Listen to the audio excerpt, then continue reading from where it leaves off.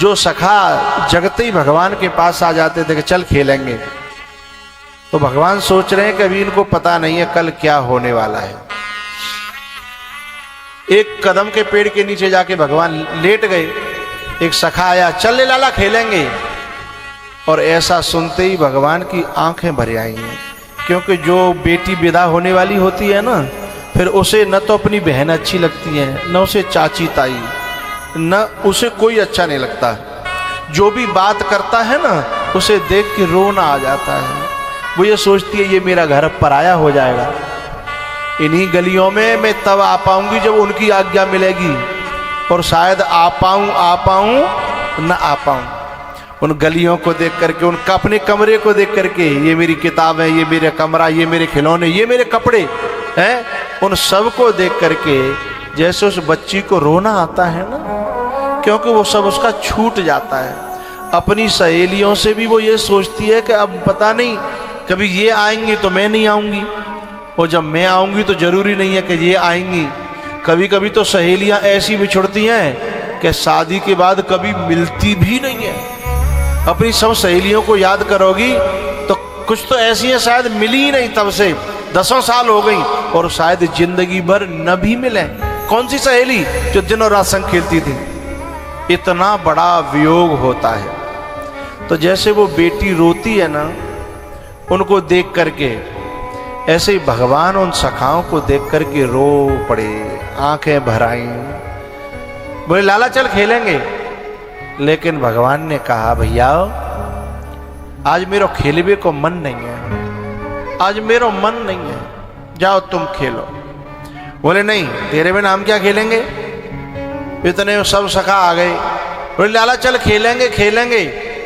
तब भगवान बोले भैया एक बात बताओ, काउदना हमारा तुम्हारा वियोग है गो, हमेशा के ले इतने पे तो बने मुंह पे हाथ धर दो सखा ने। बोले लाला जब तक तू हमारी जिंदगी में नहीं आया था ना, तब तक हम खूब खेलते थे, खूब जी रहे थे दुनिया में, लेकिन जब से तू मिलाए तब से अब ये दुनिया हमें अच्छी नहीं लगती। यदि कुछ अच्छा लगता भी है तो तेरे साथ होने से अच्छा लगता है, तेरे बिना अब कुछ अच्छा लगता नहीं है। तू कहां जाने की बात कर रहा है। भगवान ने कहा कोई बात नहीं है, मैं कुछ नहीं कह रहा, न मैं कुछ कर रहा हूं। शाम ढल गई, गाय हाँक दी। पता है और दिन जब आते थे तो खिलखिलाते हुए, हंसते हुए, लेकिन आज भगवान उदास हैं। गोपियां रोज इंतजार करती थी लाला आ रहा होगा, ऊपर से फूल डालती थी। भगवान उनको देख के मुस्कुरा जाते तो उनकी थकान उतर जाती पूरी। लेकिन आज ऊपर से फूल तो फेंके, लेकिन भगवान ने देखा नहीं, क्योंकि उन्हें पता है कि ये गोपी कल मेरा दर्शन नहीं कर पाएगी। आज तक ही इसका मेरा मिलन है, इसलिए उसे देख करके रोना ज्यादा न आ जाए, इसलिए भगवान उनकी तरफ देखते नहीं। गाय बाड़े में बंद करी, काका जी से आकर के लिपट गए। काका अक्रूर जी जो आए हैं लेने के लिए, कि आप मुझे लेने के लिए आए हो मुझे तो पता है, पर मेरी मैया को मत बताना। मेरी मैया मुझसे बहुत प्यार करती है, उसके प्राण मुझ में बसे हुए हैं, मेरी मैया को मत बताना। यदि उसे पता चला तो पूरी रात रो रो करके अपना स्वास्थ्य खराब कर लेगी, बूढ़ी मैया है मेरी। अक्रूर जी ने कहा ठीक है मैं नहीं बताऊंगा, लेकिन भैया बात कहीं छुपती है क्या। न जाने कहां से बात फूट गई। गोपियां सब दरवाजे पे आ गई, रात में ही ग्वालवाल आ गए। गोपियों ने ग्वाल वालों से कहा जाकर के कन्हैया से कहो वो हमें छोड़ के कहां जा रहा है और क्यों जा रहा है। उससे कहो हम उसे मना लेंगे और वो जैसे राखेगो हम वैसे ही रहेंगी, लेकिन वो हमें छोड़ के जाए ना। ग्वालवाल जब कमरा में गए तो भगवान उनसे लिपट पड़े। तो ग्वाल वालों से बोले कि भैया कर मन सो मिलिबो भयो, कर मही तो बिछोड़ा। भगवान ने कहा सखाओ तुम्हारो हमारो मिलन कोई इत्तेफाक नहीं है, ये कोई किसी जन्म का हमारा तुम्हारा कोई रिश्ता है नहीं, कोई यूं ही किसी से प्यार नहीं कर बैठता, इसलिए हमारा तुम्हारा इतने ही दिन पर लिखो, इतने ही दिना को है। तो अब मुझे अपने कर्तव्य के मार्ग पे जाना है, मेरा सहयोग करो। इतनी तो रात में ही आंखें खुल गई यशोदा की, और रात में जब दरवाजे पे देखा तो गोपियां रो रही हैं। अरे बाबरियो का है वो, क्यों रो रही हो मेरे दरवाजे पे भयो का? तब एक गोपी बोली अरे भोरी बाबरी यशोदा तो पता ना, तू ऐसी नींद में सो रही है, विपत्ति का पहाड़ टूटा है हम लोगों पे। बोले बात तो बताओ। तब वो गोपी कहती है कि श्याम सकारे जाएंगे, नैन मरेंगे रोए, हे विधना ऐसो कीजियो, जासो घोर न हो। शाम सकारे जाएंगे? अरे मेरे लाला कहाँ जा रहा हो, मुझे पता ना। सोई दौड़ पड़ी लाला के कमरे में, और जैसे प्रवेश किया भगवान पहले से रो ही रहे थे, तो भगवान ने मैया के चरणों में अपना माथा लगाया और आंसुओं से पांव धुल गए। जब मैया ने ऊपर उठाया और आंसू देखे पूछने लगी कि मैं समझ तो गई, पर मैं तेरे मुंह से सुनना चाहती हूं। ये मैं क्या सुन रही हूं? ये अक्रूर में लेने के लिए आया है, ये मैं सुन क्या रही हूं? और फिर तूने मुझसे पूछा नहीं मैं तेरी माँ हूं। अरे मेरे बुढ़ापे में एक ही सहारा है तू, तेरे बिना मेरो जीवन कैसे कटेगा तैने सोची? भगवान ने माँ को गले से लगाया और रो पड़े। बोले मैया मैं तुम्हें क्या बताऊं, हर किसी बच्चे को एक न एक दिन कर्तव्य के मार्ग पर तो जाना पड़ता है। जिंदगी भर बच्चा माँ की गोद में तो नहीं रहता, एक दिन सबको बिछुड़ना पड़ता है, सबको एक दूसरे से दूर होना पड़ता है, चाहे वो बहन भैया हो, चाहे वो भैया भैया हो, चाहे बाप बेटा हो, चाहे माँ बेटी हो, हैं, सबको दूर होना पड़ता है। माँ रो पड़ी, बोली बेटा आज तू इतनी ज्ञान की बातें करने लगा, मुझे पता नहीं था कि तू इतना बड़ा हो गया, कर्तव्य की, कर्म की, धर्म की बातें मुझे सुना रहा है। यशोदा बोली मुझे एक बात याद आ गई, तेरे जन्म पर पंडित जी ने तेरी कुंडली बनाई थी, तो उन्होंने कहा था कि यशोदा तेरो लाला राजा बनेगा। मैं बड़ी खुशी हुई, लेकिन पंडित जी ने दूसरी बात कलेजा फाड़ने वाली कही। बोले जब ये राजा बनेगा तो छोड़ के चले जाएगा, हमेशा हमेशा के लिए फिर मिलेगा नहीं। तो मुझे लगता है तेरे राजा बनवे के दिन आ गए, पर मैं तुझे रोकूंगी नहीं, क्योंकि मैं तेरी माँ हूं, और जो माँ होती है ना वह चाहती है कि चाहे वो दूर रहना पड़े चाहे पास रहना पड़े, पर मेरा बेटा सुखी रहे। बेटा पंडित जी ने जो कहा था कि तू राजा बनेगा तो दूर रह जाओ, मैं रोकूंगी नहीं, पर मेरी एक प्रार्थना है, जब तू राजा बनेगा तो तेरे नौकर चाकर होंगे, दास और दासी होंगे। ऐसा नहीं हो सकता कि तेरे महलों में मैं और तेरो नंद बाबा नौकरी कर लें और सवेरे सवेरे तेरो दर्शन है जाओ करे तो बुढ़ापो हमारा कट जाओ, क्योंकि इस बुढ़ापे में अब हमारा कोई सहारा नहीं है। हम काउते नहीं कहेंगे कि हम तेरे मैया बाबा हैं, हम किसी को नहीं बताएंगे, हम चुपचाप तेरे दर्शन कर लो करेंगे, तेरी नौकरी करेंगे, तू जो काम बतावेगा ना हम चुपचाप वो काम करते रहेंगे। मैया के गले से लिपट करके भगवान बोले माँ मैं चाहे कितनो बड़ा राजा है जाऊं, पर मैं तेरो तो बेटा ही रहूंगा ना। तू नौकरी कैसे करेगी मेरे यहां? तू मेरे महलों की दासी नहीं, तू मेरे महलों की राजमाता है। मैया अभी आधी रात है, अभी तू सो जा। अब कहीं नींद आती है? भगवान लेट गए। पूरी रात जो है लाला के माथे पे हाथ फिराती रही, बार बार माथे को चूमती रही।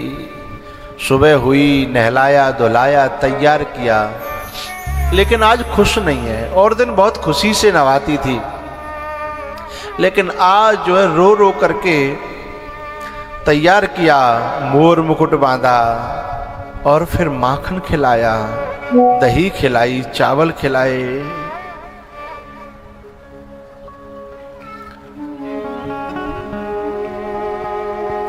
भगवान मैया से मिले, अपने सखाओं से मिले, और अपने उस सखा से मिले जो बहुत गरीब था। उसने रो करके कहा, लाला तेरे अन्य सखाओं के तो खेत हैं, व्यापार हैं, मैं मुंह पे तो कोई धंधो नहीं है। मैं तो तेरे सहारे से अपना पेट भर रहा, तो अब तू चले जागो तो मेरो का होगा। भगवान ने उसे समझाया कि जो मेरे आश्रित रहता है वह कभी भूखा नहीं रहता।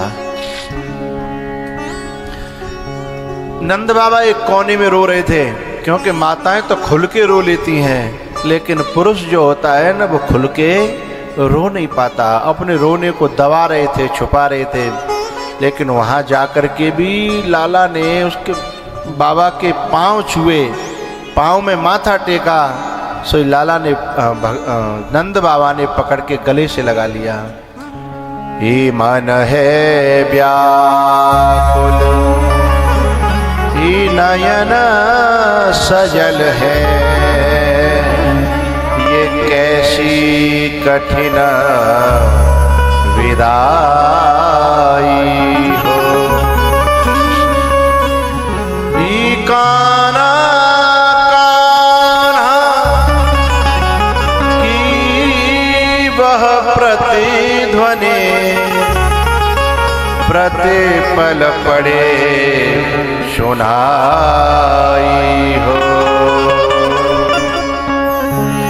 जिसके मोह में सब कुछ भूला, थी वह वस्तु पराई हो।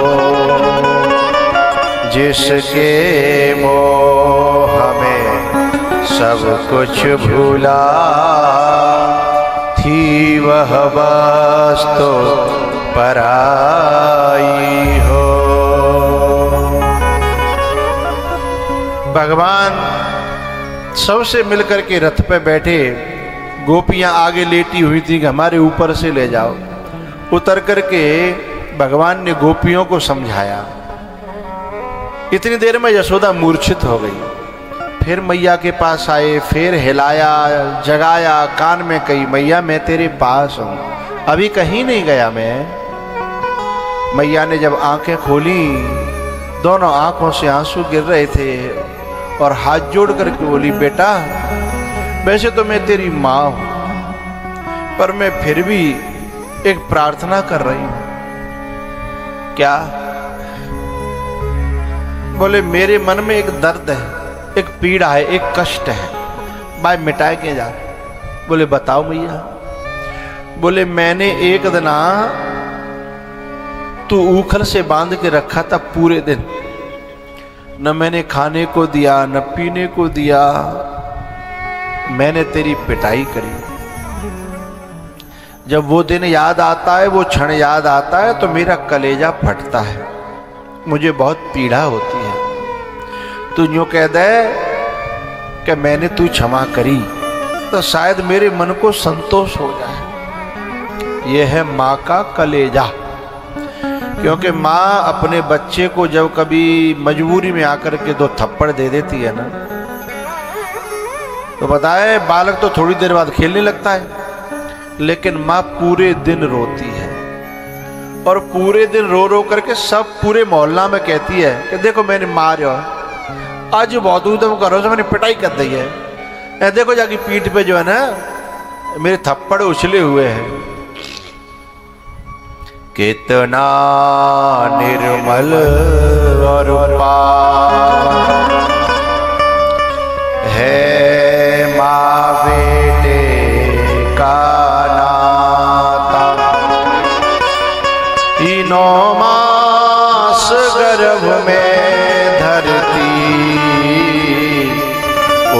माँ को शीश झुका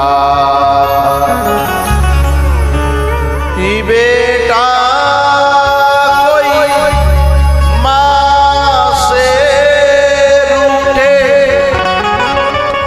माँ 100 बार मनाए। यदि माँ बेटे से रूठे उसे कौन मनाए। यदि माँ बेटे से रूठे उसे कौन मनाए। इस दुनिया में जितने भी रिश्ते हैं ना भैया, उनमें लगभग स्वार्थ होता है, लेकिन एक माँ का रिश्ता ऐसा है कि वो मरते दम तक भी सेवा लेना नहीं चाहती, वो सेवा करना चाहती है। आप कभी देखिएगा कोई बालक जो है छुट्टी आ रहा होए और अपनी माँ से पूछे, घर में फोन करता है ना, अपनी पत्नी से क्या लाऊं, वो बता देगी ये ले आना। बहन से पूछे वो बता देगी ये ले आना। भैया से पूछे बोले ये ले आना। लेकिन जब फोन माँ के कान पे जाता है और वो कहता है कि माँ मैं आ रहा हूं, तेरे लिए क्या लाऊं, सबने तो बता दिया, मेरे लिए साड़ी ले आना, मेरे लिए घड़ी ले आना, मेरे लिए ये ले आना, तेरे लिए क्या लाऊं। तब माँ के कप कपाते होठ सिर्फ ये कहते हैं कि मुझे कुछ नहीं चाहिए, मुझे सिर्फ तू चाहिए। तू ही मेरी खुशी है, तू ही मेरी दौलत है, तू ही मेरा श्रृंगार है, तू ही मेरा चैन है। जब तू मिल जाएगा ना फिर मुझे कोई जरूरत नहीं है।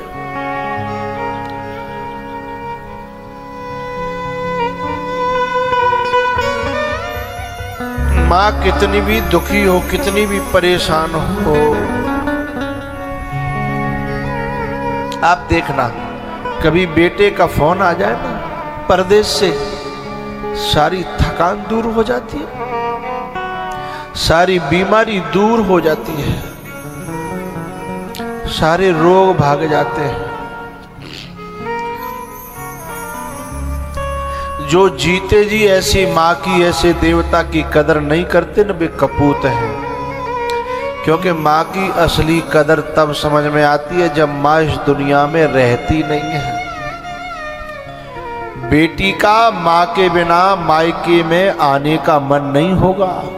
जब तक माँ है ना तब तक बेटी चाहे दुनिया विरोध करे, माँ है तो चली जाएगी, माँ है तो मन लगेगा, माँ है तो रहनी भी जाएगी 2-4 दिन। लेकिन जब माँ नहीं रहती ना मायके में तो मायका खत्म हो जाता है। फिर या तो जाओगी नहीं, और चली भी गई ना रह नहीं पाओगी, क्योंकि वहां का कोना कोना माँ की यादों से भरा है, वहां का चप्पा चप्पा माँ की यादों से भरा है, और माँ है नहीं। इसलिए मेरा तो ये कहना है भैया, ये जो देवता है ना, पत्नी रूठ जाए ना मनाना सरल नहीं है, कठिन है। बहन रूठ जाए मनाना सरल नहीं है, कठिन है। और कोई रिश्तेदार रूठ जाए बड़ा कठिन है मनाना। लेकिन कभी माँ रूठ जाए ना, और तुम 2-4 दिन मत जाओ उसके पास, जब 2-4-6-10 दिन बाद जाओगे ना तो तैयार बैठी होगी मनवे के लिए। जैसे तुम पाँव छियोगे तो ऊपर से हाथ धर के बोलेगी मैं तो इंतजार कर रही थी। तुझे सॉरी बोलने की जरूरत नहीं है, क्योंकि उसके मन में क्षमा के अलावा कुछ है ही नहीं। ऐसो देवता तीनों लोकों में कोई है नहीं। मैंने सताई हुई माँओं को भी बद्दुआ नहीं दुआ देते हुए देखा है। कौन सी माँ? सताई हुई। औलाद सता रही है, बेटा सता रहा है, बहू सता रही है, उसके बाद में भी बातें कहो तो बद्दुआ नहीं देगी। बोले कोई बात नहीं, कोई बात नहीं है। माँ का दिल ना दुखा,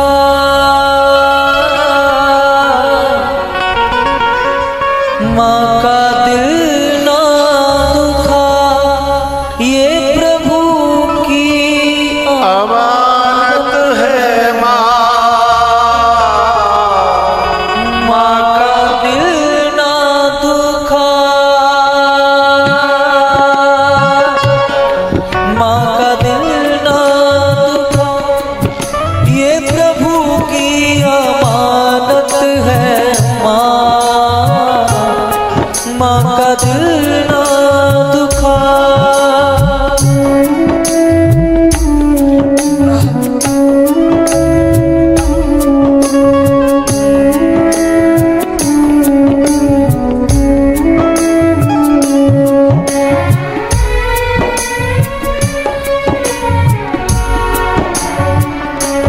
तुझको पाला है जिसने बड़े प्यार से,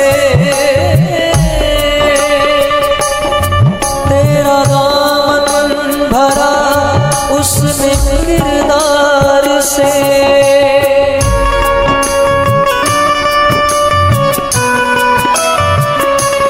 तुझको पाला है जिसने बड़े प्यार से, तेरा दामन भरा उसने किरदार से। नन्ही सी जान पर हो, नन्ही सी जान पर। मेरा बहुओं से एक कहना है, तुम्हें और जो जिंदगी में करना हो सो करना, कभी माँ से उसका बेटा छीनना नहीं, माँ से बेटे को अलग करने की कोशिश मत करना। पता है क्यों?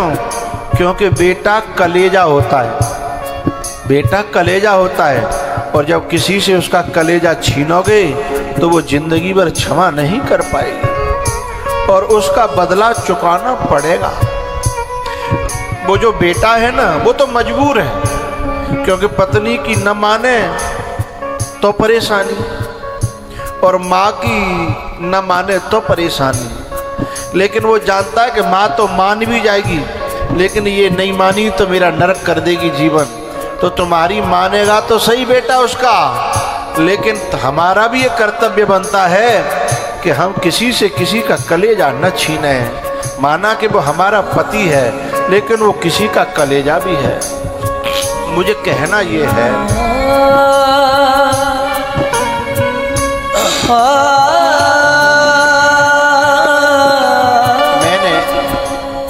मैंने बहुत सी माताएं ना, बहुएं क्या कहती हैं, मैं अपनी सास को पसंद ही नहीं आई, वो मुझे प्यारी नहीं करती, वो मुझसे नफरत करती है, सीधे नहीं बोलती, फलाना ठिकाना। मैं ये कहना चाहता हूँ, जब बहू के रूप में तोय पावे के लिए बाने केव मंदिर में नारियल चढ़ाए, बाने केव जगह पूजाएं करी थी, और जादना तेरो पहलो पांव रखे हो तो खुशी के मारे उछल रही थी। बाने इतने नारियल चढ़ाए, इतनी पूजाएं करी, कितने दिनों से आशा लग रही कि मेरी बहू आवेगी, मेरी बहू आवेगी। अपनी बहू से क्यों नफरत करेगी वो? कहीं ना कहीं हमारे स्वभाव में नफरत के बीज बोए होंगे, हमारी वचनों ने, हमारी क्रियाओं ने, लेकिन फिर भी वो नफरत नहीं करती, अपने वंश के अनुसार शिक्षा दे करके अपना बनाना चाहती है। इसको हम समझ नहीं पाते। कभी कभी तो मैंने ऐसी माताएं देखी हैं, एक माँ अपने बेटे से कह रही थी, बेटा तू मेरे पास मत आओ करे। बोले काहे? बोले जब तू मेरे पास आता है तेरी बहू नाराज होती है ना, वो समझती है कि कछु न कछु मैयो दे के आवेगो है, इसलिए मैं नहीं चाहती कि तेरे को कलेश हो, तेरे घर में कलेश हो, तुम सुखी रहो, तुम बढ़िया रहो, बस मुझे सूचना मिल जाओगे कि तुम्हारे घर में प्यार है, मैं तो भाई ते खुश रह लूँगी, मेरे हाथ पांव चल रहे हैं, मेरा सब कुछ ठीक है, अपने बेटे को भी, कलेजे के टुकड़े को भी दान कर देती है। यह है माँ का कलेजा, माँ की खुशी के लिए। भूल कर सा पास आ, वो मिटा देगी दुनिया का हर गम तेरा।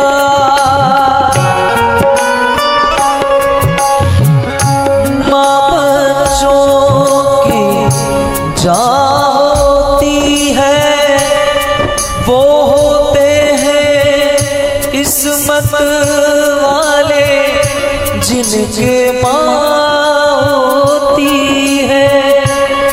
भूल कर सारे शिकवे गिले पास आ,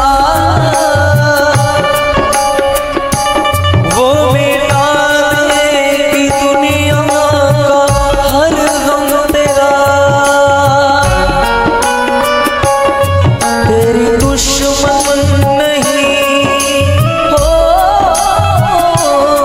तेरी दुश्मन नहीं, तेरी सच्ची दौलत है माँ, माँ का दिल ना दुखा।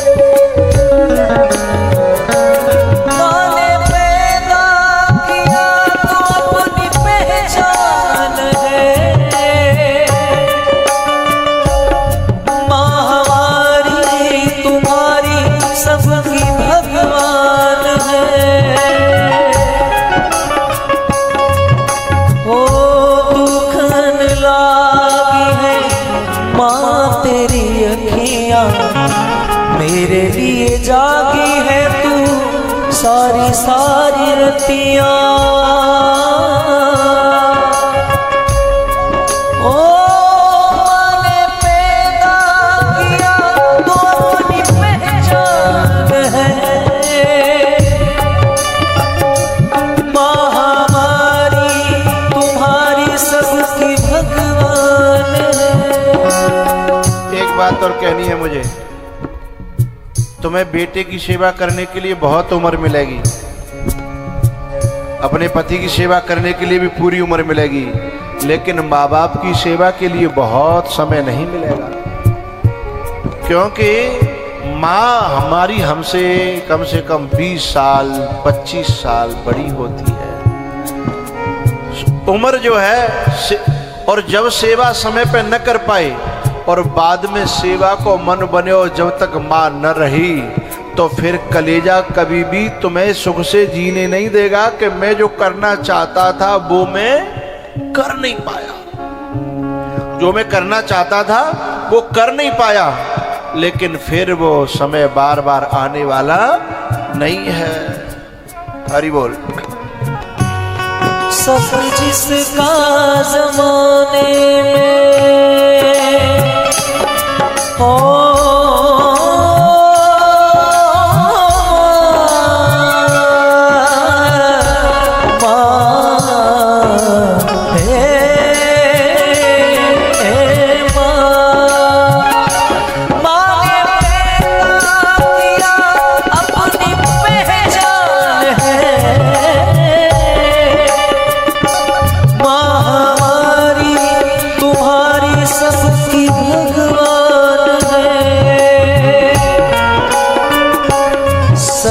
जिसका ज़माने में हो,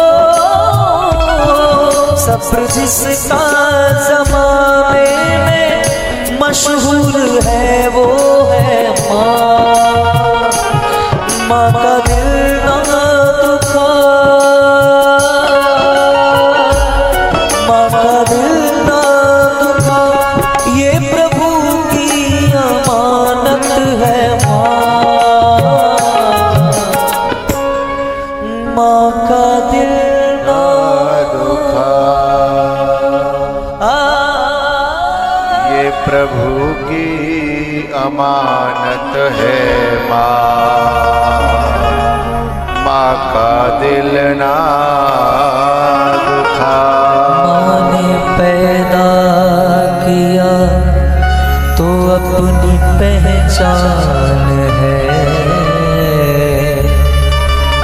माँ हमारी तुम्हारी सबकी भगवान है। सब्र जिसका जमाने में मशहूर है वो है माँ का दिल ना दुखा। माँ का दिल ना दुखा। जो लोग शहर में रहते हैं उनकी माँ बाप गांव में रहते हैं, मैं उनसे प्रार्थना करूंगा जब भी छुट्टी मिले जरूर जाइएगा। आज माँ की कथा चली है तो अपनी अपनी माँओं को फोन कीजिएगा, माँ के पास बैठिएगा।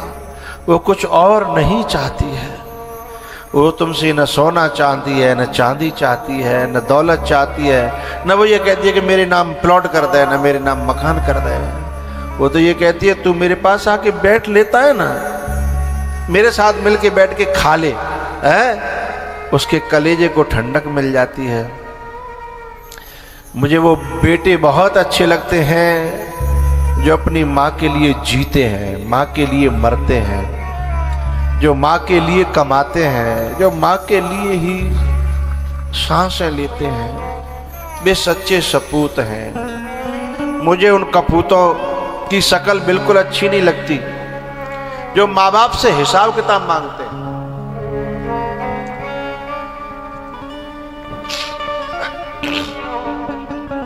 एक बेटा था, उसकी माँ बीमार हुई गांव में, वो जयपुर ले आया, उसका इलाज कराया, 15 दिन रोका, हॉस्पिटल में भर्ती रही। यहां तक तो मुझे बहुत अच्छा लगा कि बेटे को करना चाहिए, लेकिन मेरा कलेजा तब दुखा जब उसने एक बड़ा गलत व्यवहार किया। पता है, जब गांव छोड़ने गया, छोड़ने के बाद में कितना बड़ा कागज निकाला, बोला माँ इस पे सब हिसाब किताब लिखा है, बाद में हिसाब किताब कर लेंगे। बोले काहे को हिसाब किताब? बोले कितने इंजेक्शन लगे, कितनी दवाई आई, कितने को बेड को खर्चा, कितने डॉक्टर की फीस है, वो सब जो है हिसाब किताब हम बाद में कर लेंगे। लेकिन पता है माँ ने कुछ कहा नहीं। बोले हाँ बेटा कोई बात नहीं, कर लेंगे। मेरे हिस्से में वो जो खेत की फसल आती है ना, वो फसल बेच के मैं तेरे पैसे दे दूंगी। और वह कपूत ने न्यो नहीं कही कि कोई बात नहीं मैया, तेरो ही दया भयो है। बोले ठीक है, फसल बिचेगी तब मैं आ जाऊंगा, है पैसे ले लूंगा। उस जमाने की बात, वो 2000 रुपये लेने के लिए फसल पे घर गया। ऐसे कपूतों को मेरा मन होता है कि मिट्टी का तेल छिड़क करके आग लगा देनी चाहिए। वो संतान की नाम पे कलंक है। यदि मैं उस माँ की जगह बैठूं ना, तो मैं उससे प्रश्न कर सकता हूं कि तूने मुझे 4 दिन बेड पे क्या लिटाया, हिसाब करने लगा। मैंने तुझे गोदियों में, पेट में, कंधे पे, पीठ पे कितने दिन लिटाया होगा, कुछ काउंटिंग है? तूने दवाई क्या 4 खिला दी, मैंने तुझे कितनी घुट्टियां पिलाई, मैंने तुझे कितना क्या क्या नहीं खिलाया पिलाया, कोई काउंटिंग है? कितनी बातें हैं जिनका हिसाब किताब वो 7 जन्म में नहीं सकता, और 4 दिन वो जयपुर क्या ले आया? उस माँ से हिसाब किताब कह रहा है कि कर लेंगे जब तेरी फसल आएगी ना। आज जो तू कमा रहा है वो शरीर किसका दिया हुआ है? वो बुद्धि कहां से आई है? उन रगों में खून मोल लिया क्या तूने? वो हाथ पांव तेरे चल रहे हैं किसकी बदौलत, कहां से आए? ऐसे कपूत मुझे अच्छे नहीं लगते जो 2 कौड़ी के ओछेपन की बात करके माँ से हिसाब किताब मांगते हैं। मुझे वो बच्चे बहुत अच्छे लगते हैं। एक बच्चा था, उसकी नौकरी लगी, और ट्रेनिंग पे गया था। जब छुट्टी मिली 6 महीने बाद और उसे थोड़ी सी तनख्वाह मिली थी, ला करके अपने माँ के चरणों में रखी और कहा, माँ मुझे आशीर्वाद देना कि जब तक तू जिंदी रहे तब तक मैं तेरे चरणों में ही रखूं। लेकिन ये बड़ा कठिन है, बड़ा कठिन है। जब शादी हो जाती है ना तो अकाउंट नंबर शामिल में खुलता है और हो सकता है आदमी के पास में एटीएम हो या न हो, एटीएम कार्ड पूरा घर पे हो। मैं मना नहीं कर रहा, पत्नी का भी हिस्सा है, पत्नी भी सेवा कर रही है, पत्नी ने जीवन दिया, वो करे, लेकिन माँ का हिस्सा, माँ की जो जगह है, जो देवता की जगह है। अरे एक बात बताओ, तुम माँ को देवी दोगे तो छोड़े कौन के ले जावेगी? छाती पे धर के ले जाएगी का? लेकिन जो दुआएं मिलेंगी उसके चरणों में रख करके, उस धन को जो दुआएं मिलेंगी उसको, उन दुआओं के बराबर दुनिया की कोई दौलत को तोल सकते हो तुम? उन दुआओं के बराबर कोई दौलत नहीं है। तो उस बच्चे ने जब ट्रेनिंग के बाद आया और सारी कमाई रखी, लेकिन मैया ने कमाई को नहीं देखा। उसके हाथों को टटोल टटोल के कह रही, ट्रेनिंग में तू बहुत सूख गए, तो दूध नहीं मिले वहां है, खावे को कछु नहीं हो वहां। तो बा ने बताई कि वहां ऐसे नहीं मिलता, ऐसे नहीं मिलता। तो बस उसी दिन से घी बनाना चालू कर दिया है कि चिंता मत कर, मैं घी बनाऊंगी और तेरे लिए भेजा करूंगी। लेकिन दुख कब हुआ, 2-4 बार वो घी ले गया, शादी हो गई ट्रेनिंग के तुरंत बाद, घी ले गया, लेकिन अब वो अपनी माँ के हाथ पे 1000-2000 रुपए भी रखता नहीं है, क्योंकि पहले से ही वहां से वो कह करके भेजती है, जितना खर्चा होता है उतना ही देती है। तो मैं उन बहुओं से प्रार्थना करना चाहता हूं, माँ के चरणों में रखी हुई लक्ष्मी वो हमारे जीवन को सुख और शांति और लक्ष्मी से दोबारा भर देती है। लेकिन ये बात समझ में आ जाए तब है, ये उसी की समझ में आएगी जा पे कृपा राम की होई। तो मैया ने अपने लाला से कहा, बेटा कि तू मोए जो कह जा कि मैंने तू क्षमा कर दी। तो लाला ने कहा, बेटा मैया क्षमा की तो कोई बात ही नहीं है, तूने जिस दिन मुझे उखल से बांधा था ना, मुझे तेरे बंधन में इतना सुख मिला कि इतना सुख तो मुझे कभी बैकुंठ में भी नहीं मिला, क्योंकि तेरा बंधन प्रेम का बंधन था, तेरा बंधन भाव का बंधन था। मैं तो चाहता हूं कि बार बार तेरे आंगन में आके खेलूं और बार बार तू मुझे बांधे। ऐसा समझा करके मैया को वहीं बिठाया और रथ पे भगवान चढ़ गए। और रथ पे चढ़ करके भगवान जो है मथुरा गए हैं। रास्ते में अक्रूर जी ने यमुना स्नान किया था और मथुरा जाकर के भगवान ने पहले कुवलिया पीड़ हाथी को मारा और दोनों दांत उखाड़ करके, एक दाऊ भैया ने और एक लाला ने, कन्हैया ने, दोनों उखाड़ के कंधा पे रख लिए और चले हैं कंस के दरबार की ओर। और कंस के दरबार में जाकर के 4 पहलवान और थे जो कंस ने भगवान के वध के लिए चरा रखे थे। उन चारों ने भगवान को ललकारा और ललकार करके कहा कि आओ हमसे युद्ध करो। पहले दाऊ भैया ने इशारा करे, और लाला द्वय तेरे और द्वय मेरे हैं। बोलो बाल कृष्ण भगवान की, हनुमान जी महाराज की। द्वय दाऊ भैया ने और द्वय कन्हैया ने बांट ले और नेक नेक देर में दे धोबी पटका, दे धोबी पटका, दे धोबी पटका, है ढेर कर दिया चारों का। फिर जो है आवाज लगाई, मामा जी राम राम, मामा बोले मैं तुम्हारा इंतजार कर रहा था। कन्हैया बोले मुझे बहुत देर रह गई, जल्दी से आना चाहिए था, पर फिर भी आते आते बड़ी देर हो गई। कंस ने जो है ना उन्हें गले लगा करके वहीं दबा करके मारने की चेष्टा की, और भगवान तो भैया काऊ के वो व्यापक है, वो असीम है, वो सीमा में कैसे बंधेगा, इसलिए हाथों से बाहर खड़े दिखाई दिए। बोले अच्छा, फिर पकड़ा। कंस ने समझ लिया कि अब मैं बचने वाला नहीं हूं। फिर कंस ने दौड़ लगाई, भगवान ने एक एड़ मारी और कंस जो है मुंह के बल गिरा। भगवान ने पलट करके उसकी छाती पे बैठ करके बाल पकड़ लिए और कंस चीखने लगा, अरे मुझे लग रही है, मुझे लग रही है, मेरे बाल छोड़ो, मेरे बाल छोड़ो। भगवान बोले मामा जी, किसी के बालों को पकड़ करके खींचने से दर्द होता है, ये तुम्हें तब नहीं पता था जब तुमने मेरी माँ के बाल पकड़ करके खींचे थे, तब तुम्हें पता नहीं था। यदि तुम्हें ये बात उस समय पता होती तो शायद आज ये दिन तुम्हें देखना नहीं पड़ता।